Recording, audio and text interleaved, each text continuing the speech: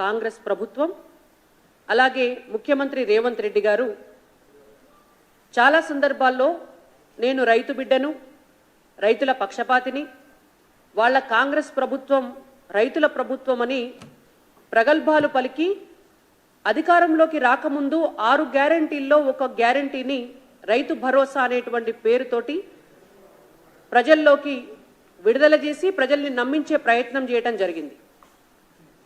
రైతులకి తెలంగాణలో అధికారంలోకి వచ్చినటువంటి కాంగ్రెస్ ప్రభుత్వం భరోసానివ్వటం మాట అటుంచితే ఇవాళ రైతులను అధోగతి పాలు చేసి రైతుల జీవితాలను దుర్భరమైనటువంటి పరిస్థితిలోకి నెట్టివేస్తున్నారు. గత వారం రోజులుగా తెలంగాణ రాష్ట్రంలో రైతులు పంటలకు నీళ్లు లేక ఇంకొక 2 వారాల్లో పంటలు పొట్టకొచ్చేటటువంటి పరిస్థితిలో నీళ్లు లేకపోతే గింజలు తాళయ్యేటటువంటి పరిస్థితి ఉంటుంది. మొత్తం ధాన్యం కూడా తాళైతే ఎటు కొరగాక కనీసం సగం పంట కూడా చేతికి రాక ఏం చేయాలో అర్థం కాని స్థితిలో కొంతమంది రైతులుంటే ఇంకొంతమంది రైతుల పరిస్థితి అసలు పొట్టకు రాకముందే పంట మొత్తం ఎండిపోతే పశువులు మేస్తున్నాయి. మొత్తం తెలంగాణ రాష్ట్రంలో కూడా దాదాపుగా ఈ యాసంగికి 50,84,000 ఎకరాలలో వరి పంట వేయటం జరిగింది. ఈ 50 లక్షల ఎకరాల్లో సగానికి పైగా పంటలకు ప్రస్తుతం నీటి సరఫరా అనేటువంటిది ఎక్కడ కూడా లేదు. మరి రైతు ప్రభుత్వం అని చెప్పుకునేటువంటి కాంగ్రెస్ ప్రభుత్వం 100 రోజుల్లో రైతు భరోసా ఇస్తామని చెప్పి ఒక గ్యారంటీగా పెట్టి దాని వైపు ఎటూ చూడలేదు. వాళ్ళు ఇస్తామని చెప్పినటువంటి 15,000 రూపాయల రైతు భరోసా పైసలు ఈ రోజు వరకు కూడా మొత్తం రైతులకు పడలేదు. రైతు కూలీలకు ఇస్తామని చెప్పినటువంటి 12,000 రూపాయలు ఎవరికి ఇవ్వలేదు. కౌలు రైతులకు ఇస్తామని చెప్పినటువంటి 15,000 రూపాయల జాడలేదు, పత్తలేదు. ఈ 12,000 రూపాయలు ఇస్తాము రైతు కూలీలకు అని చెప్పిన దానికి కూడా ఈ రోజు వరకు కూడా అసలు ఆ వ్యవసాయ కూలీలను ఎట్లా గుర్తిస్తారు, ఎవరికి ఇస్తారు, దానికి సంబంధించినటువంటి ఒక ప్రణాళిక కానీ వాళ్ళను గుర్తించేటటువంటి ఒక కమిటీని కూడా ఈ రోజు వరకు వేయలేదు. రైతు భరోసా విషయంలో కూడా ఎన్ని ఎకరాలు ఉన్నటువంటి వాళ్ళకి ఇస్తారు, ఎక్కడ దాకా సీలింగ్ పెడతారు, దానికి సంబంధించి కూడా 100 రోజులు కావస్తున్నా ఎటువంటి ప్రణాళిక లేదు. ఈనాటి వరకు కూడా ఎటువంటి కమిటీ లేదు. ఇంకొక 2 రోజులో 3 రోజులో అయితే లోక్సభ ఎన్నికలకు సంబంధించినటువంటి షెడ్యూల్ వస్తుంది.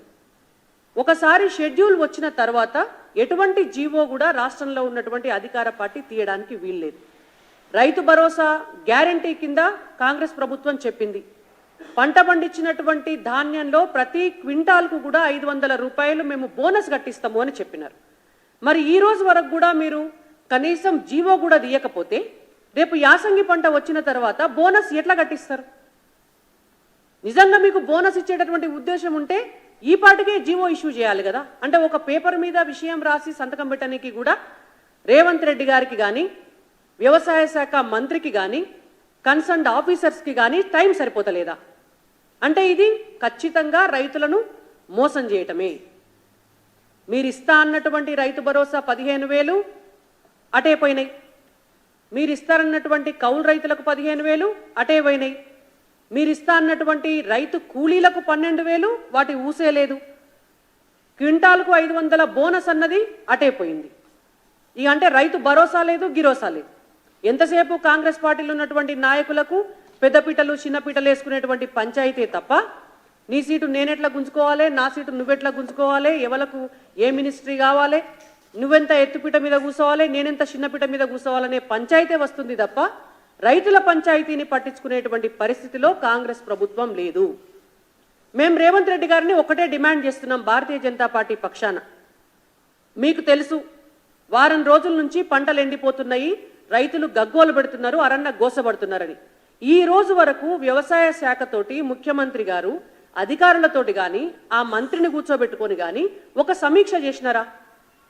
మరి ఈ 50 లక్షల ఎకరాలకు వరి పంటకు నీళ్ళు ఎట్లా ఇద్దామనేటువంటి ఒక ప్రణాళిక మీ దగ్గర ఏమైనా ఉన్నదా?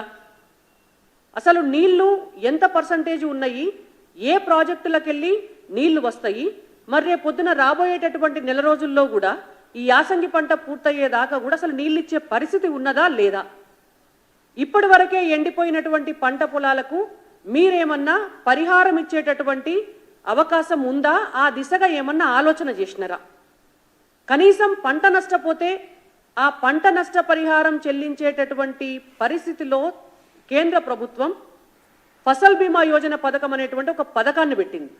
గతంలో ఉన్నటువంటి బీఆర్ఎస్ ప్రభుత్వం ఒక 2 సంవత్సరాల కాలం దాన్ని ఇంప్లిమెంట్ చేసి ఎక్కడ బీజేపీకి పేరు వస్తుందో అని చెప్పి తెలంగాణ రాష్ట్రంలో ఆ పథకాన్ని ఇంప్లిమెంట్ చేయకుండా అడ్డం పడ్డారు.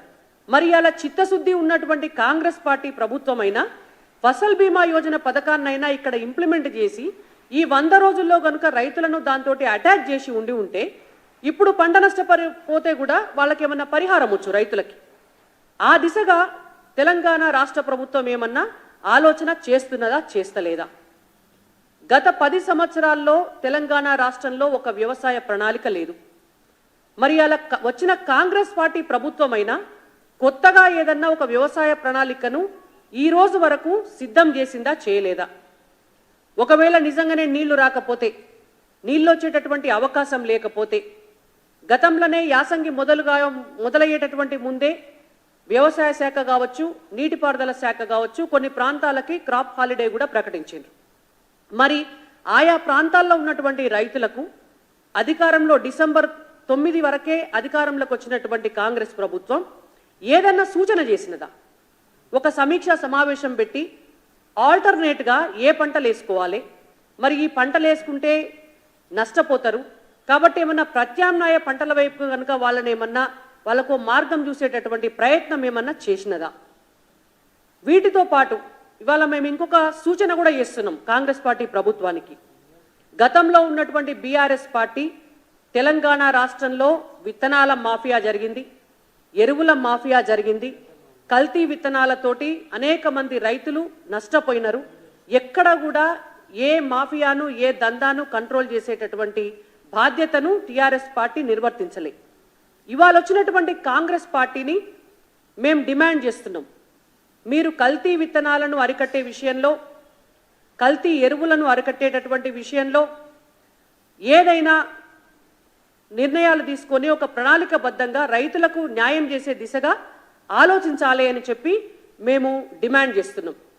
ఇవాళ నరేంద్ర మోడీ గారి ప్రభుత్వం మొత్తం భారతదేశంలో ఉన్నటువంటి రైతులందరికీ కూడా మేలు చేయాలని చెప్పి రైతు కిసాన్ సమ్మాన్ నిధి కింద ఏడాదికి 6,000 రూపాయలు ఇస్తూ ఒక్కొక్క ఎకరానికి 2 పంటలకు 18,000 రూపాయలను ఎరువుల సబ్సిడీ కింద ఇస్తూ ఇవాళ రైతులకు కావలసినటువంటి ఎన్ని రకాల మేలు చేయాలో అన్ని రకాల ఫసల్ బీమా యోజన కావచ్చు, ఇన్పుట్ సబ్సిడీలు కావచ్చు, లేదంటే సాయిల్ టెస్ట్ల కోసం కావచ్చు, వాళ్ళు రైతు పండించినటువంటి పంటలను ఈనాం ద్వారా మార్కెటింగ్ చేసుకొని ఆన్లైన్ మార్కెట్లో కూడా పంటలను అమ్ముకునేటువంటి వెసులుబాటును కల్పించడం కావచ్చు, తెలంగాణ లాంటి ప్రాంతాల్లో పసుపు బోర్డును కూడా రైతుల సంక్షేమం కోసం మార్కెటింగ్ సౌకర్యాలను పెంచాలని చెప్పి ఇవ్వడం కావచ్చు. ఇట్లాంటి రైతులకి మేలు చేసేటటువంటి పనులు ఒకవైపు చేస్తుంటే గతంలో ఉన్నటువంటి బీఆర్ఎస్ పార్టీ, ఇప్పుడున్నటువంటి కాంగ్రెస్ పార్టీ రైతుల గోడుతోటి మాకు సంబంధమే లేదు, రైతులు ఏడబోతే మాకెందుకు, మాకెంతసేపు మా కుర్చీల పంచాయతీ తప్ప వేరే పంచాయతీ లేదు. చిత్రంగా ఉన్నది ఏంటంటే అసెంబ్లీ సమావేశాలు స్టార్ట్ అయితే రైతు సమస్యల పైన మాట్లాడకుండా, 6 గ్యారెంటీల మీద మాట్లాడకుండా ఈ ముఖ్యమంత్రి గారు పాత ముఖ్యమంత్రి గారి మీద సవాల్ చేస్తారు, పాత ముఖ్యమంత్రి గారు కొత్త ముఖ్యమంత్రి గారి మీద సవాల్ చేస్తారు, తొడలు కొట్టుకుంటారు, మీసాలు తిప్పుతారు, నువ్వు వస్తావా నేను రానా అని టైం లైన్లు డేట్ లైన్లు పెట్టుకుంటారు. మరి అవి చేయడానికంటే బదులు ఇవాళ ఖచ్చితంగా రైతులకు కావాల్సినటువంటి నీళ్ళు ఇచ్చే విషయంలో ఎందుకు రేవంత్ రెడ్డి గారు ఇప్పటి వరకు కూడా ఒక కార్యాచరణ దిశగా ఆలోచన చేయలేదు?